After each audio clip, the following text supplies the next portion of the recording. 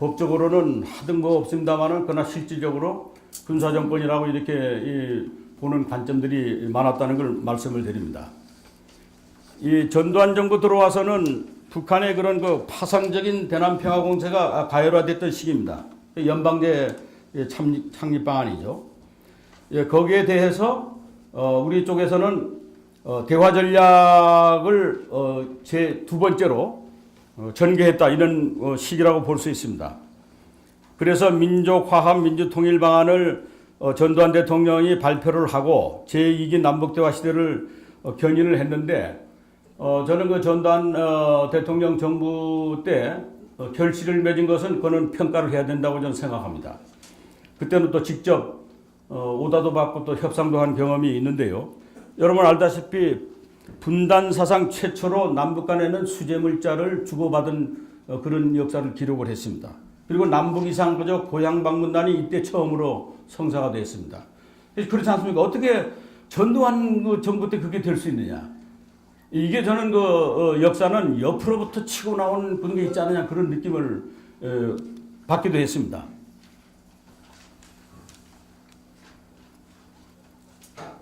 물론 이제 정상회담 제의도 전두환 대통령이 했죠.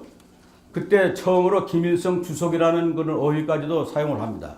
이게 이제 학계, 언론계, 또 사계 전문가들이 제안을 해가지고 대통령이 받아들여가지고 그대로 이제 제안을 한 그런 하나의 사례가 되겠습니다.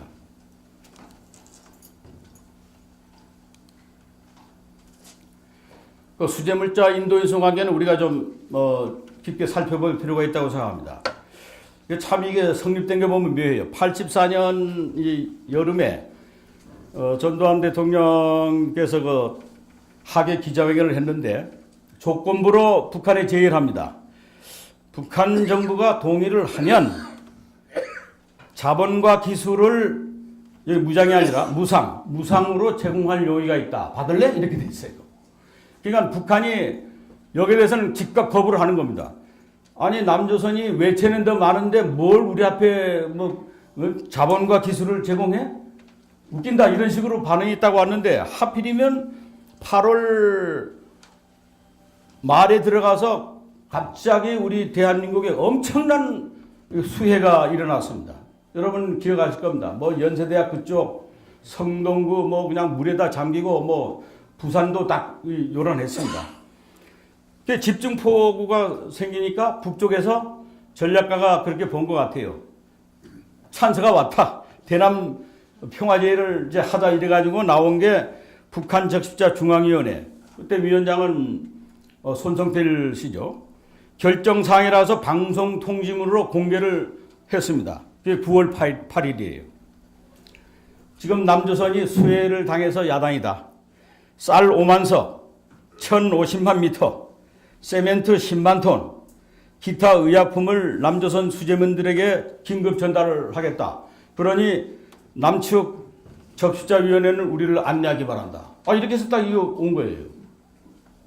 그러면 과거 같으면 기치기 어려운데 얼마나 어려운데 우리 앞에 줄 수 있느냐. 그냥 저 북한 동포나 잘 해라. 이렇게 해서 끝내는 게 보통인데 이 전두환 대통령이 통이 큰 양반이에요. 이 결재를 올리는데 1방안, 2방안을 올렸거든요. 저는 그때 이제 이런 걸 받음으로 말미암아 우리가 다음에 북한이 수지당하면 보낼 수도 있고 이게 하나의 모델 케이스가 될 수 있는 받는 난에 동의를 했는데 또 상당 부분은 아니다. 그래서 이란 위안을 다 올렸는데 대통령께서 받아버려 해가지고 그게 동그라미 표로 한 거예요. 그때 결재 공문 보면요. 장관 국무총리는 조그마한 난에 이게 뭐 작은 글씨 썼지만은 대통령 그 난에는 말이죠. 그것도 컨디도 막 그것도 넘칠 정도로 전두환 해가지고 사인한 걸 제가 기억을 합니다. 그래가지고 북한 측에 대해서 통보를 했어요. 자, 판문점에서 우리 실무 접촉합시다. 북쪽이 이거 왜 받지? 이런 기분으로 나왔거든요. 대통령 결심은 받아버려야 이렇게 됐으니까. 그 대신 조건을 다뤄라. 며칠 안에 다 전량을 가져와라 하는 그런 훈령을 받고 이제 접촉을 하는데 북쪽이 그냥 거기서 완전히 긴장하는 거예요. 본래 이거 판문점에서 협상하면요. 메모가 이제 들어가거든요. 그러면 CCTV 통해서 뒤에서 다 이제 삼청동하고 청와대에서는 다 볼 수 있도록 생방송을 합니다. 근데 북쪽에 대해서 참 기축도 어려운데 준다니 고맙다. 참 그 준비가 다 됐으면은 며칠 안으로 좀 보낼 수 있으면 좋겠다.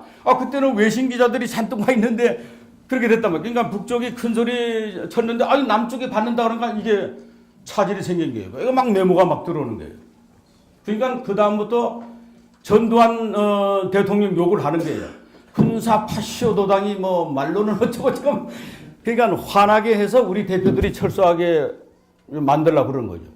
우리 쪽에 그때가 메모 한번 들어가는 거예요. 그래도 미소 짓고 받는 것. 그러니 우리는 그러지 말고 한번 그렇게 약속했으면 그 지켜야죠. 그러니까 저쪽에서 메모가 들어오는데 그럼 오늘은 시간도 많이 지났으니까 우리 돌아가서 통보를 하겠습니다 하고선 다음 만나는 날짜도 합의도 안 보고 돌아갔어요. 그 다음날 외신에 막 나온 거예요. 역시 북쪽은 줄 의향도 없으면서 주려고 했다. 그걸 북쪽에서 봤을 거 아닙니까? 나중에 봤더니 그때도 이미 김정일 국방위원장이 당 중앙으로 해가지고 깊숙이 이런 남조선 정책을 관여를 했다는 게 나타났는데 그 다음에 연락이 왔어요. 만납시다. 갔더니 우린 준다면 줍니다. 뭐 이렇게 된 거예요. 그렇게 해서 합의를 본 것이 판문점, 인천항, 북평항 지역에서 수해물자를 인도 인수하는 거로 합의를 봤습니다. 처음에는 부산까지 북쪽이 막 자동차 몰고 들어온다고 그랬어요. 그럴 거 없다고. 그쪽도 휘발유도 많이 드는데 뭐 그럴 거 있냐고. 이렇게 해서 그 비공개 접촉을 통해서 합의를 이제 봤습니다. 그래서 그때 이거 조선일보에 그분은 돌아가셨는데 조덕성 논설위원회 계세요. 남북철수회담 자문위원으로 정부가 위촉했었는데 그분이 그때 사설을 썼습니다. 천재지변이 수해가 남북협력의 돌파구를 마련했다고 수재물자는 따스한 봄을 예고하는 제비인가. 누구도 예상 못한 거예요.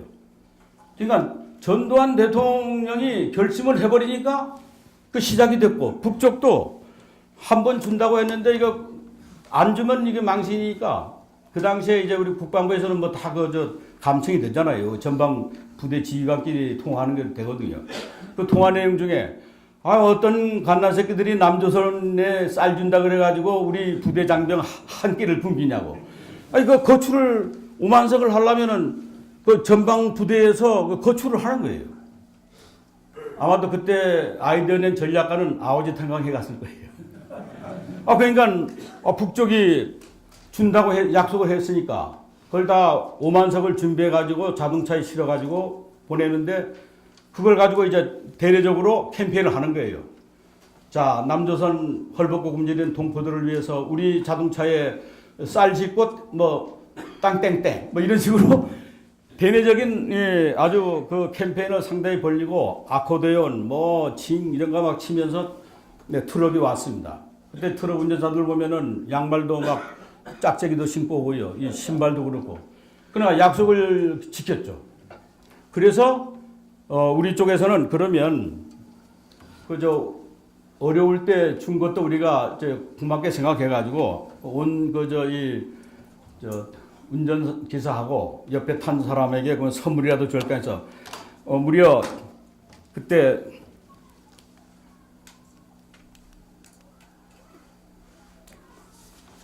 30넉 대의 그 트럭이에요. 한 846개의 선물 가방을 실어 보냈습니다. 그때 제가 듣기로 한 150불 수준이에요. 엄청나게 많은 것도 들어가 있죠. 그 속에는. 일용품도 들어가 있고요. 심지어는 트랜지스타는 그 나중에 보니까 북한 당국이다. 그거는 압수를 했더라고요. 이게 전두환 대통령 시절에 전혀 상상 못한 그러한 남북한의 첫 교류가 된 겁니다. 그 다음에 두 번째는 이산가족 고향 방문단. 이때는 이건 좀 조금 이전 공개해도 괜찮은 내용입니다. 이세기 선배님이 4.19 때 우리 부대 4학년 학생위원장 아닙니까? 전두환 대통령하고 상당히 가까웠어요. 그래가지고 전두환 대통령이 발탁을 했는데 나중에 원내 총무까지 했죠. 통일부 장관으로 딱 왔습니다. 2년 선배님인데 저는 그때 대변인일 때인데 오더니 그런 거예요. 야, 우리 민족고대인데 이거 뭔가 좀 남북 문제 좀 풀어야 할 거 아니야? 네. 이산가족 고통이 제일 심한데 모든 정부가 다 이산가족 문제를 푼다고 그러면서 실질적인 조치는 못한 것 같은데 이산가족 문제를 한번 해보시면 어떻겠냐고 했더니 어떻게 하면 좋겠냐고. 마침 반둥에 그 30주년 그 기념회의가 있었는데 봄에 그때 우리 대한민국 대표들이 최초로 초청을 받았어요.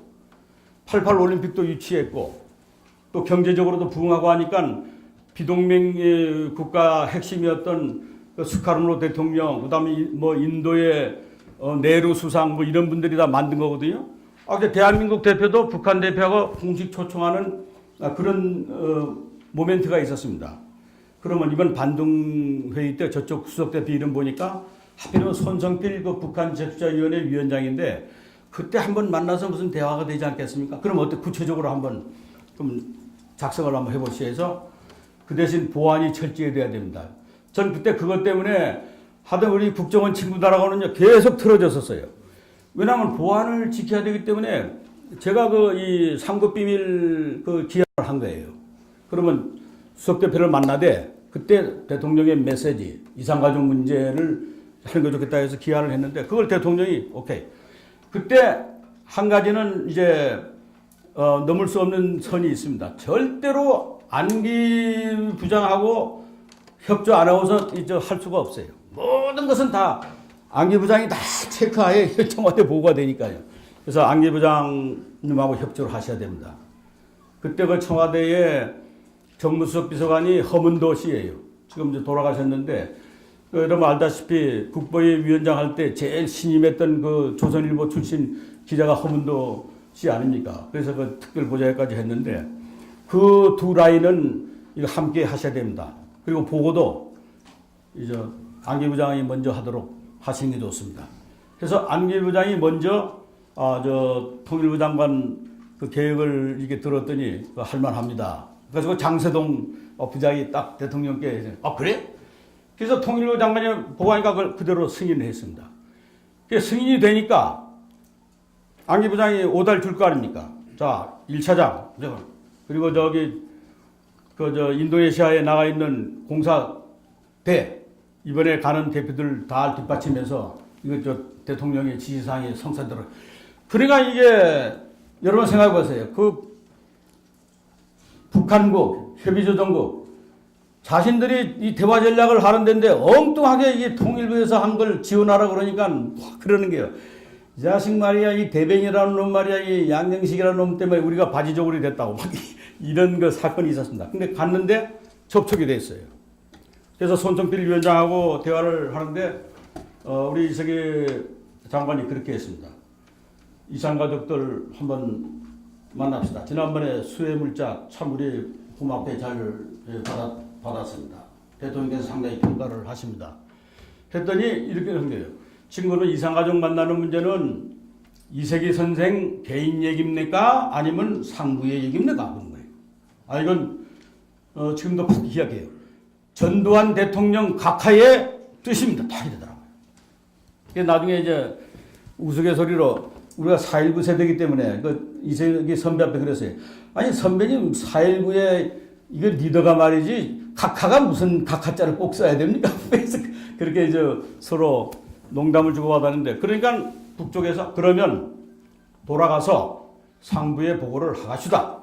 그래서 판문점을 통해서 연락을 하겠습니다. 해가지고 이 합의사항 보면은 151명이 오게 돼 있어요. 여기 1명이라는 것은 그때 그 손정필 단장 앞에 제가 물었거든요. 왜 서울에 한번 오시죠 했더니 초청해 줘야 가지요 그러더라고요. 그러니까 다 부총재급만 왔다 갔다 했는데 총재가 끼려면은 딱 못을 박아라 이런 얘기로 해석이 돼가지고 단장이 인솔하는 이산가족 고향 방문단 이렇게 이제 합의가 된 겁니다. 그래서 151명의 그 총재 1명이 그때 이제 들어간 겁니다. 그래서 나중에 합의사항 할 때 문제가 된 게 있어요. 그 합의할 때 비공개 협상을 했는데 우리는 고향 방문을 하려면은 개성 출신 또 함흥 출신 다 들어가야 할까 안 했더니 북쪽이 이런 거예요. 우리는 기축처럼 새마을 운동 같은 거 안 했기 때문에 다 고향에 들어갈 수 없어요. 또 그리고 고향에 사는 사람도 없습니다. 그러더라고요.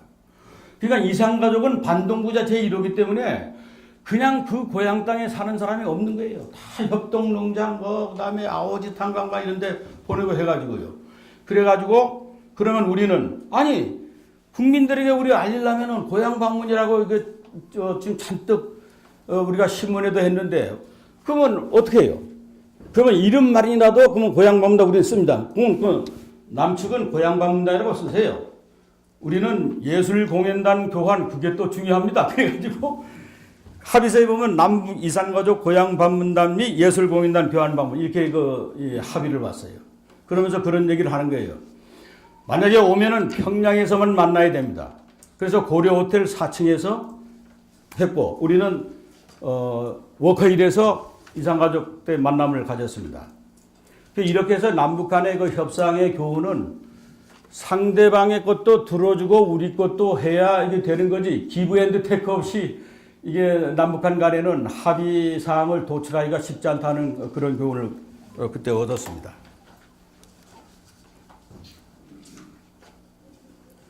그래서 저는 군사 정권으로서 그런 정통성은 없으나 남북 문제를 풀 때 이 최고 이 통치권자의 결단이 얼마나 중요하는 것을 일단 생생하게 그 느낌 도는 경험을 가지고 있습니다. 북쪽은 뭐 처음부터 상층부에서 결심한 대로 가는 것이니까요. 다음에 노태우 정부의 통일 정책입니다. 아까 기본합의서는 설명을 드렸습니다. 기본합의서하고 한반도 비핵화 공동선언이 중요한 거는요. 그때는 대한민국 국무총리 정원식 딱 이렇게 대한민국 표기가 들어갑니다. 북쪽은 조선민주주의인민공화국 정무원 총리 연형무 이렇게 해서 대한민국과 조인공이라는 그런 국호가 정식으로 되고 기본합의서에 보면은 그 상당히 중요한 대목이 있습니다. 기본합의서 보면은 전문에 이렇게 써 있어요. 쌍방의 관계는 나라와 나라 사이의 관계가 아닌 통일을 지향하는 과정에서 잠정적으로 형성되는 특수관계다. 그러니까 헌법상의 국가 인정은 아니다 하는 것을 이런 식으로 표현을 했습니다. 이게 동수독 관계에서 얻은 그 교훈을 그대로 적용한 대목이 되겠습니다.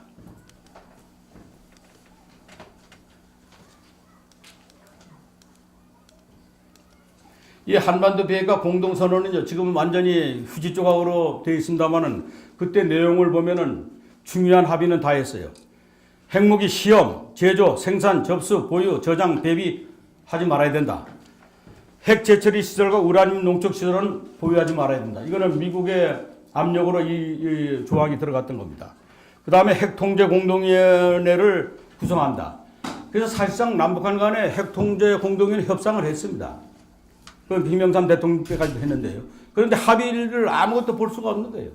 그래서 핵 문제가 미국으로 넘어가 버린 게 이 YS 정부 때 넘어가 버렸어요. 지금 대부분의 국민들은 저 핵 문제는 미국하고 북한이 풀어야 된다 이렇게 하지만 그렇지 않습니다. 사실은 남북한이 핵통제 공동위원회도 구성을 한 그런 경험이 있습니다. 앞으로 이제 새 정부 통일 정책은 오늘 제 소관이 아닙니다만은 핵 문제도 남북한 정상이 만나서 당당하게 대한민국 대통령이 얘기할 수 있어야 된다고 저는 그렇게 말씀을 드리겠습니다. 김영삼 정부로 들어와서는 명실상부한 문민정부 아닙니까? 제 경험으로는 94년에 버클리 대학에 갔을 때 그 이전에는 대한민국 정부 대표를 버클리 대학 초청을 안 했어요. 북한은 정부 대표하고 이 언론계 그다음에 종교계 대표를 초청을 했습니다. 그 당시에 이제 민간 대표로 한명숙 전 그 총리 같은 사람이 민간 이 대표인데 말이죠. 그런 분은 초청을 했고 대한민국은 정부도 아예 초청을 안 했습니다. 그런데 딱 김영삼 정부 들어서니까 버클리 대학에서 정부 대표도 초청하는 겁니다. 그때 제가 갈 군번이 아닌데 어떻게 다른 분이 못 가게 돼서 제가 대표로 갔는데요. 그때 북한 대표들하고 이제 만났을 때 보니까 역시 이 문민정부의 그런 힘이라는 게 미국 사회에서 또 북한에 대해서 상당히 좀 강한 힘을 발휘한다. 그런 느낌을 받은 적이 있습니다. 이 YS의 대선 때 그 통일 관련 실천 방안을 보면요. 이 욕심이 그때도 많아요. 여러분 보세요. 5년 내 남북연합을 이룩한다. 그러니까 2단계의 남북연합 단계로 들어가겠다고 그렇게 공약을 했어요. 또 임기 중 남북 정상회담 실현한다. 또 상호 핵사찰 실행한다. 이산가족 문제 해결을 하는데 우편물도 교환하겠다. 고향 방문단 교환 정례화하겠다. 면회소 설치하겠다. 경제특구 진출하겠다. 뭐 이렇게 상당히 많은 목표를 세웠는데요. 남북연합 단계로 들어가는 게 이게 간단치가 않죠. 그게 과도적인 통일체제거든요. 이거는 김대중 정부 들어와서도 이 남북연합 단계로 들어간다고 했는데 그것도 안 됐습니다. 그러니까 남북 관계가 군사 문제를 풀지 않고는 남북연합 단계로 들어가기가 어렵습니다. 그래서 다음 정부의 과제는요. 과연 지금 정전 협정 체제를 어떻게 남북 간에 이걸 평화 협정 체제로 바꾸느냐 하는 이런 상당히 어려운 과제가 있다고 저는 생각합니다. 근데 YS 정부 때는 그랬거든요. 휴전 협정 체제를 남북한 당사자의 새 평화 협정 체제로 전환하겠다. 이거 안 된 겁니다. 또 정상회담은 대한민국의 제의를 바로 들어서 성립이 된 게 아니고 여러분 알다시피 클린턴 대통령 정부 말기에 말이죠. 북한이 이제 핵실험 막 한다고 그러고 이렇게 됐을 적에 영변에 미국이 폭격을 하겠다 하는 그런 작전 계획을 수립을 했었습니다. 미국은 진짜로 한다면 하는 나라입니다. 원자탄도 떨어뜨린다 해서 떨어뜨린 나라는 미국밖에 없습니다. 그렇기 때문에 북한 입장에서는 김일성이 그때 살았을 텐데 미국의 그런 정책을 예의주시하는 거예요. 남조선이 두려운 게 아니라 미국이 두려운 거죠. 그래가지고 그때 클린턴 대통령도 그랬습니다. 만약에 북한이 핵을 갖는다거나 사용하려 갈 때는 지구를 떠나야 할 것이다. 그래가지고 시한부로 해가지고 이 영변 폭격 작전 계획을 가지고 이걸 승인 단계에 들어가 있었습니다. 그래서 카터 전 미국 대통령을 특사로 해서 평양까지 간 겁니다. 그래서 그 기록을 보면은 대동강에서 2차례 카터 전 대통령하고 김일성과 그때 협상을 해요. 그래서 북한이 받아들입니다. 그때 받아들일 때 카터 대통령이 서울에서 가기 전에 김영삼 대통령 앞에 그랬다는 거예요. 이번 정상회담 YS가 제의하는 걸로 할 테니까 북쪽이 만약에 받는다면은 정상회담 하시겠어? 그럼 좋습니다. 그래가지고 받아낸 거예요. 그래서 김일성의 답변이 그렇습니다. 빠른 시일 안에 남조선 대통령을 만나고 싶다. 이런 메시지를 가지고 와서 폭격 직전에 하루 전에 딱 합의가 끝나고 미국 백악관하고 직통전화를 통해 가지고 카터 전 대통령이 제1차 그 핵 위기를 넘긴 게 그게 바로 그 클린턴 대통령 말기 때입니다. 그래서 예비 접촉이 막 순식간에 진행되는 거죠. 그 당시 기억하실 겁니다. 6월 28일 판문점에 이홍구 통일부총리, 김용승 대남 담당 비서, 북한의 핵심이죠. 협상하는데 13시간을 계속 협상해서 하루 만에 합의서를 만들어냅니다. 그런데 김일성 주석은 그 북한의 기록 보면요. 김정일 위원장에게 오달 줘요. 이제 남북 정상회담은 경제 문제가 제일 중요하니까 경제 전문가들 잘 포진을 시켜야 된다. 그래가지고 묘양산 별장으로 가서 말하자면 실어간 거죠. 그러다 이제 하나님은 이 김일성을 그때 이제 데려가 버리신 거예요. 전혀 예상 못했는데 폭우가 쏟아져가지고 헬리콥터가 뜨지 못한 거예요. 거기서 이 김일성은 급사를 해버린 겁니다. 그게 남북 정상회담이 무산되는 결정적인 거예요. 그래서 북한의 영생이라는 소설을 보면 다큐멘터리인데요. 그때 그 북한의 흐름들을 나와 있는데 그쪽에 그 외교 분야 전문가들이 정세 판단한 거 보면요. 정말 이 전문가들이 포진되어 있다는 걸 느낄 정도로 아주 잘 했더라고요. 그리고 그때 이제 그러면 장례식을 하는데 사진을 어떤 걸 할 것이냐. 그래서 김정일이가 지시를 한 거예요. 웃는 얼굴로 해라. 수령은 우리와 함께 영원히 함께 계신데 왜 찡그리는 얼굴을 한 그런 거 안 된다. 그래서 웃는 얼굴이 그때 나온 거예요. 지금 김정일도 그 이후에 사진 보세요. 다 웃는 얼굴로 지금 돼 있습니다. 그러니까 깊게 들여다보면요, 이런 것들이 다 보이는 거예요. 북한 쪽을 잘 이렇게 훑어서 이렇게 살펴보면요, 보이는 것들이 있습니다. 그래서 남북 정상회담은 김일성의 유고로 무산된 거죠. 버클리 대학에서 북한 대표들을 만나고 그때 책자를 하나 거의 뺐다시피 해서 그 얻은 책자 중에 하나가 그 손원일 제독 여러분 아실 겁니다. 그 동생이 손원태 씨라는 그 닥터인데 의사인데 이게 김일성을 그 살려준 만주에서 살려준 그 손 목사님의 그 아들이에요. 그죠? 손원일 제독이. 여기서 그 손원태 그 아들하고 대화록을 그때 이제 하나 이제 가져 왔는데 그 대화록을 보면은 김일성 주석이 그랬어요. 나는 100살까지도 인민을 위해서 봉사할 수 있을 것 같다. 그 얘기를 하고 1년 후에 갔던 겁니다. 그러니까 사람의 운명은 인명재천이라는 말이 맞아요. 하나님이 걷어가시면 가는 거예요. 그래서 이제 DJ 정부 들어옵니다. DJ 정부 때도 총선거 통일 방안 그대로 다 합니다. 이때부터는 대북 정책이라는 용어가 한국 정부의 실질적인 그런 정책 구호로 나옵니다. 그러니까 통일 정책은 통일 방안으로 이제 매듭이 됐고 정부마다 대북 정책이라는 이름으로 특징 있게 전개해 나가는 거예요.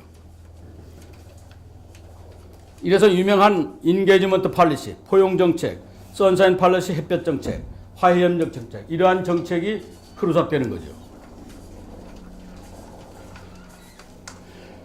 그래서 햇볕 정책의 골자를 잠깐 요약하면요. 목표는 한반도의 냉전체제 종식이에요.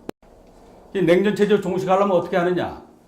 이것은 북한하고 군사 문제까지도 직접 협상해야 되는데 한국과 미국 정부의 사전 협의도 중요하지만은 무엇을 주고 무엇을 얻을 것인가. 기브 앤드 테이크로 일괄 타결 협상을 해야 된다는 게 이 구도예요. 그 당시에 회고해 보면 한 1년 반 동안은 미국의 클린턴 정부도 상당히 좀 삐딱한 눈으로 봤어요. 대한민국 한미 정치사에 대한민국이 먼저 어떤 정책을 내세워서 미국에게 녹화하는 적이 없었어요. 미국 정책이 되면 그대로 쫓아가면 됐던 거예요. 그런데 뭐 한반도 냉전체제를 종식한다고 그러면서 이 엔게이지먼트 팔리시라도 얘기하고 선샤인 팔리시 얘기를 하고 이러니까 미국 쪽에서 다 체크를 하는 거예요. 제가 기억하기로는 미국의 그 페리 전 국방장관이 왔을 때에 재야 인사, 뭐 그다음에 대학 교수, 또 이제 보수 단체, 여야, 청와대 다 만나고 맨 마지막 단계는 북한까지 들어갔어요. 북한에 들어가서 노동당의 핵심 간부들, 또 뭐 사성 장군, 오성 장군들하고 토의했다는 그런 기록까지 다 페리 레포트에 나옵니다. 거기 내용을 보면요, 참 미국이 그거 보면 아주 화끈해요. 김정일 정권을 드러내는 이 시나리오도 연구했다는 거예요. 그래서 컴퓨터 시뮬레이션 했더니 초기에 수백만 명이 다 사라진다는 거예요. 그 수백만 명 속에는 남북한, 뭐 주한미군, 뭐 이거 다 들어가는 거죠. 이거는 현실적인 이거는 정책으로 될 수 없다 해서 이거는 뺐다. 이런 것까지 설명해 주는 거예요. 그러니까 북쪽은 왜 우리가 핵무기를 가져야 되는지 귀축이 알 거 아니야. 당신들이 압살 정책을 하는 것 때문에 그렇지 않소 해가지고 아주 그냥 깊은 논의까지 들어가가지고 그때 이제 제네바 프레임워크가 만들어지는 그런 역사를 봤거든요. 그래서 이 미국 정부가 김대중 정부의 이른바 선샤인 팔리시를 인정해가지고 페리 보고서에서는 5번인가 6차례 인용이 나옵니다. 이 일리가 있다. 냉전구조 해체를 위해서는 지금 대한민국이 하는 선샤인 팔리시 이거는 미국 정부도 오케이. 그렇게 해서 급진전 돼가지고 정상회담이 이루어지는 데까지 갔다. 저는 그렇게 보고 있어요. 여러분 알다시피 6.15 남북 공동선언 나오기 전에 그 과정은 조금 설명을 들으시는 게 좋겠습니다. 2000년 3월 9일에 김대중 대통령이 베를린 선언을 합니다. 그 베를린에 가면 그 프라이에 테트라고 해서 자유대학이 있습니다. 거기서 독일 통일의 교훈과 한반도 문제라는 그런 연설 제목을 가지고 연설했는데 핵심 내용은 북한이 남북 대화에 나오고 하면 사회 간접 자본을 지원한다 이랬어요. 간접 자본이니까 그건 우리 기업이 들어가서 하는 거예요. 근데 나중에 문제가 되는 것은 사회 간접 자본 그런 것은 빠지고 달러를 현금으로 줬다는 문제들이 제기된 것을 여러분 기억하실 거예요. 그러한 논란들이 있습니다만 일단 이렇게 연설하니까 북쪽에서 예의주시해서 본 거죠. 그 다음에 베이징에서 이 특사를 교환해가지고 비밀 접촉을 하는 겁니다. 거기에 이제 비밀 접촉에 갔던 그 박지원 그 당시에 문광부 장관이죠. 사실은 뭐 통일 문제는 잘 모르는 분이죠. 근데 차라리 그래서 임동원 국정원장이 만약에 협상은 어떻게 되느냐 뭐 그런 그 가정법은 세울 수가 있어요. 그 대신 특사를 파견할 때에 국정원의 김보연 국장하고 지금 이번에 국정원장 후보에 올라 있는 서훈 이런 전문가들이 탁 붙어가지고 협상을 하는 거예요. 그래가지고 그때 4.8 합의서라는 게 비밀 접촉 합의서입니다. 그거에 따라서 판문점에서 제가 그때 수석대표로 임명돼서 5차례의 그 협상을 해서 평양의 정상회담이 성사가 된 겁니다. 분단 50원 만에 최초의 정상회담인데 그때 준비 접촉 때 내용을 한두 가지만 보고 드리면요. 최초로 생중계를 합의를 했어요. 그리고 최초로 비행기를 타고 북한 영공을 통해서 가는 걸 합의를 했습니다. 그때 그 비화인데요. 청와대 그 경호처장 했던 양반이 그 기획단 회의할 때 참석을 하는데 저보고 그러는 거예요. 이번에 갈 때 지상으로 육상으로만 가는 것뿐만 아니라 또 철도로만 가는 것뿐만 아니라 항공로를 이용하는 거 좀 협상했으면 좋겠다. 제시를 하죠. 제기를 했더니 북쪽 김영성 단장이 그러는 거예요. 그건 우리 소관이 아니지 않습니까? 이 준비 접촉하는 이 차원에서 그런까지 결정하느냐 이거예요. 그러면 상부에 보고를 하시죠. 귀측의 위원장은 또 광폭 정치, 통 크게 정치한다는 데서 돌아갔는데 김정일 국방위원장이 그걸 받았어요. 왜냐하면 세계 무대에 또 데뷔를 하려고 그러니까 그쪽 나름대로도 이익이 있는 거죠. 그래서 다음날 오더니 어깨를 펴고 오는 거예요. 합시다. 우리 위원장께서 통 크게 그걸 받았습니다. 이렇게 거예요. 그래서 인천 이 바다에서 북한 영공으로 들어가는 그러한 역사가 있었는데요. 한 가지 문제가 생겼죠. 우리는 대한항공하고 아시아나하고 두 항공사 아니에요. 그러면 어디를 줄 거예요? 그래서 그때 추첨을 했습니다. 추첨을 했더니 아시아나가 됐어요. 그래서 아시아나 항공기에 태극기 달고 들어갔습니다. 그 태극기 다는 문제만 해도 협상에서 북쪽이 우리 통상 협상할 때는 국기는 다 떼는 걸로 돼 있지 않습니까? 글쎄 그거는 회담 태벌이 그렇지만 나중에 귀축이 고려 민항기를 타고 김포공항에 온다면 그때는 인천공항이 안 될 때냐요. 그때는 인공이 달고 오면 될 거 아니요. 그것도 상부에 보고를 해야 됩니다. 그래서 그것도 오케이를 했습니다. 그래서 우리의 태극기를 단 항공기가 평양 순환공항에 내렸습니다. 그 다음에 이쪽에서 민간인 방문단이 제주 같은 경우에는 바로 특별 전세기를 타고 순환공항에 내린 적도 있었습니다. 이거 보면은 정상이 얼마나 중요한지 몰라요. 정말 이 대단한 용기와 국민의 힘을 바탕으로 해서요. 북한에게 당당하게 얘기하고 미국 대통령에게 당당하게 얘기할 수 있는 그런 대통령이 이번 문재인 대통령이 그렇게 했으면 좋겠다 하는 게 저 개인적인 바람이에요.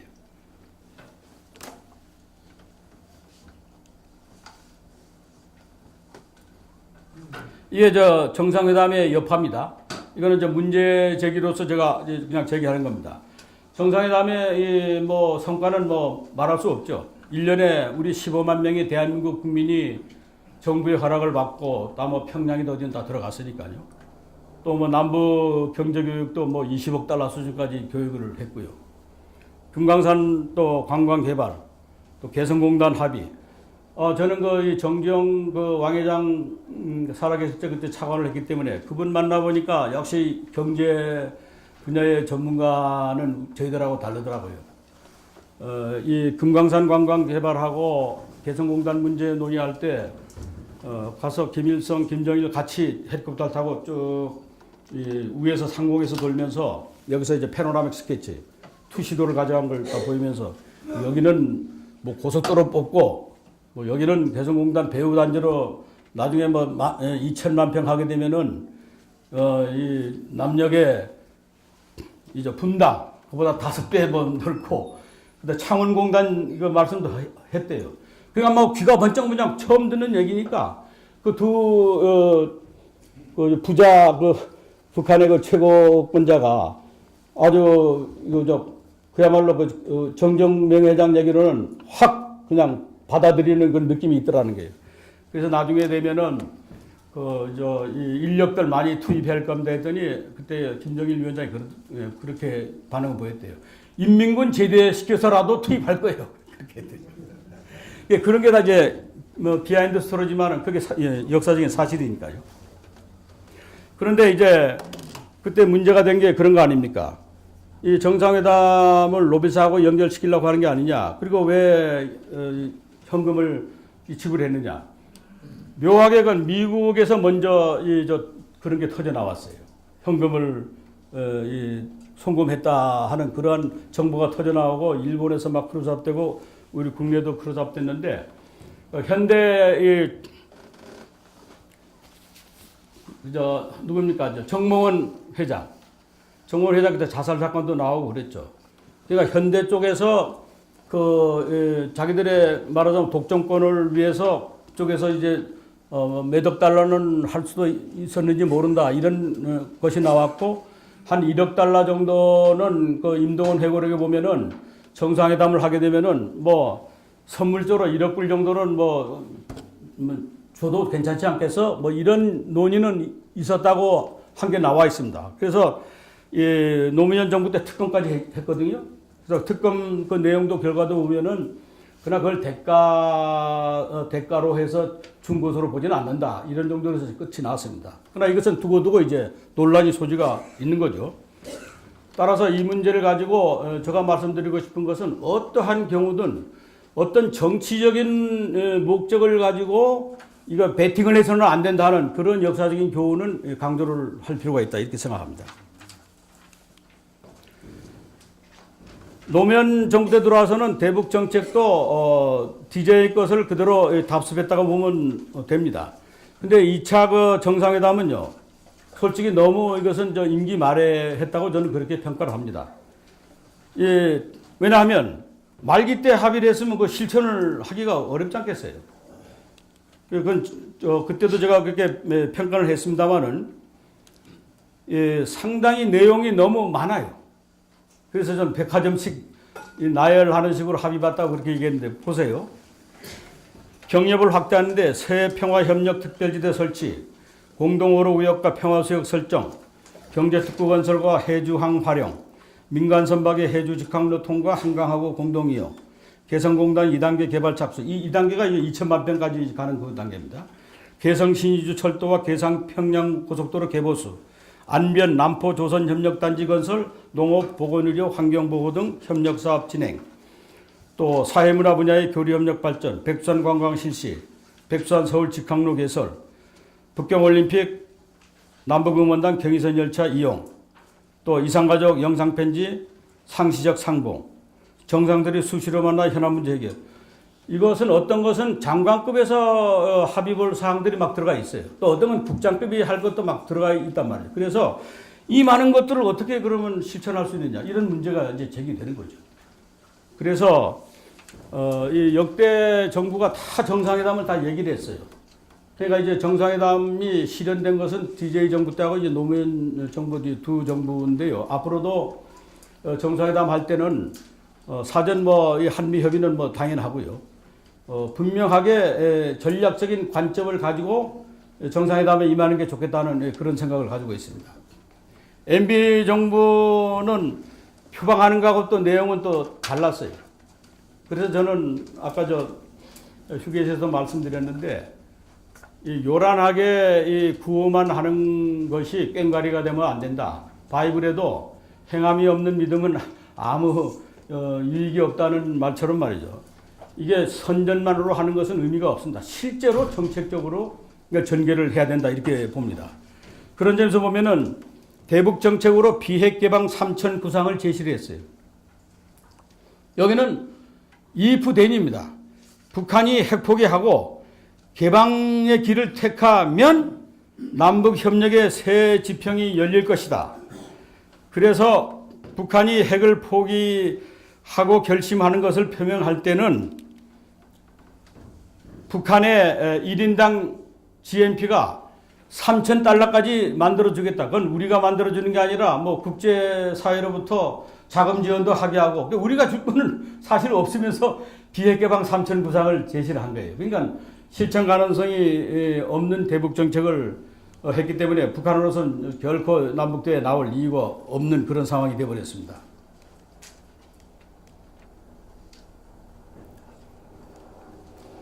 그 다음에 이제 마지막 박근혜 정부의 그 대북 정책인데요. 이 남북 합의서를 참 구체적으로 아주 깊숙하게 파고 들어가지 않으면요. 얼렁뚱땅이 정치 선전 구호로 할 가능성이 많아요. 제가 그 기본 합의서를 아까 말씀을 드렸는데 기본 합의서는 상당히 중요한 합의서입니다. 북한 측이 기본 합의서 강조는 별로 하지 않습니다.